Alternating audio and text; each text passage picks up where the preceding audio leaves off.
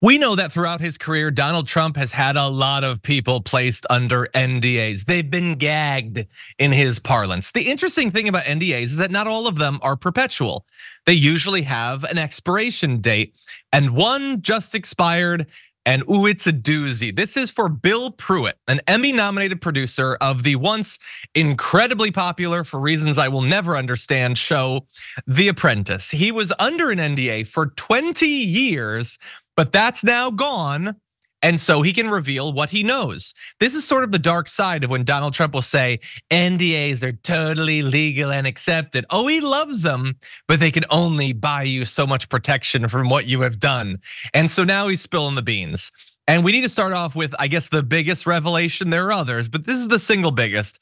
And it has to do with racism. It has to do with the use of a certain word on set. And it comes near the end of the first season of the filming of The Apprentice. So the finalists at that point are Kwame Jackson, a black broker from Goldman Sachs, and Bill Rancic, a white entrepreneur from Chicago who runs his own cigar business. So behind the scenes, they're having this discussion about which one of them should be the winner. And so Carolyn Kepcher, one of the Trump employees there, says, I think Kwame would be a great addition to the organization. Trump apparently winces while his head bobs around in reaction to what he's hearing and clearly resisting. This is what Bill Pruitt writes on Slate. Why didn't he just fire her? Trump asks, referring to Omarosa. It's a reasonable question, given that this is the first time we've ever been in this situation. None of this is something we expected. So Bienstock, another one of the Trump employees, says that's not his job. That's yours. Trump's head continues to bob. I don't think he knew he has the ability to, this is actually the employee. I don't think he knew he had the ability to do that. So Trump is clearly hearing all of this and working through, he doesn't like that they're pushing for Kwame to be chosen. And he's trying to come up with excuses to not pick him. Hey, I'm glad you're here. Listen, in order for the Damage Report to keep on going, we need viewers like you to become a member on YouTube. Can you click the join button on YouTube today? Thank you.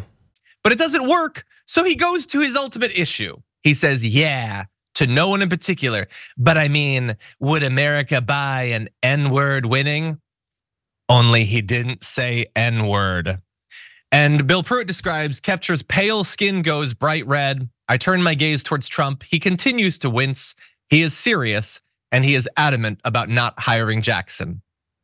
It's just because the guy is black and Trump is a racist. He has always been a racist. He comes from a family of racists. This is who he is. This is what he is. But I want you to just imagine, like, I can't. There's no acceptable situation for any of this. He has just met these people, these TV producers, a few months ago, and he feels totally comfortable dropping an N-bomb in a conversation as an excuse to deny a business opportunity to someone that even his own employees say did better in the competition. That is wild and brazen, even for old school racist terms, I think. But what do you think, Yas?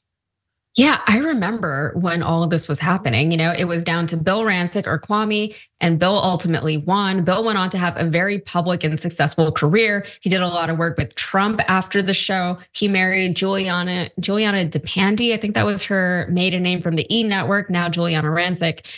Bill's life was made from winning that show.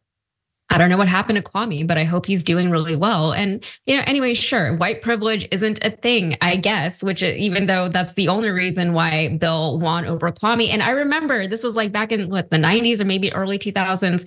That was a conversation even at the time that Kwame probably should have won. But now we know why Kwame did not win. And as he said, the most unforgivable part of all of this, the most unbelievable, even for Trump, is that he was just so just flippant about using a word like that and using that as a reason to deny someone employment. It's the thing that we all kind of know is happening, but there it is said out loud. 100%.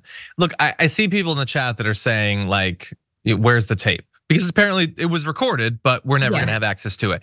And I get the inclination to say that. The idea being, this doesn't matter unless you have the tape of him saying it.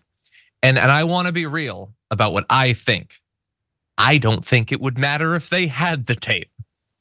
Trump fans know that he says the word. Trump fans know that they have said the word. Look, maybe there are some people that if the tape came out would be convinced, but I will remind you all, We had the grab him by a P tape like 9 years ago.